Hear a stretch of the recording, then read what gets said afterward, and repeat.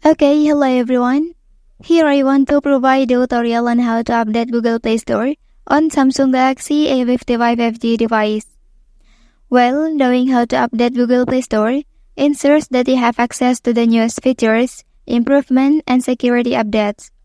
It helps optimize the performance of the Play Store, ensuring a smoother and more reliable experience when downloading and updating other applications on your device. So how to do that?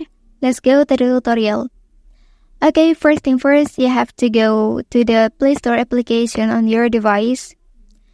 Well, and then here, please click profile icon. After that, click settings option. Okay, so now look for about and tap on the option. Next, here you can tap on update Play Store option. And because I have been updated on my device, then here will appear the following statement. Okay, that's the tutorial on how to update Google Play Store on Samsung Galaxy A55 5G device. If you are helped by this video, don't forget to like and subscribe to get other information from this channel. Thank you.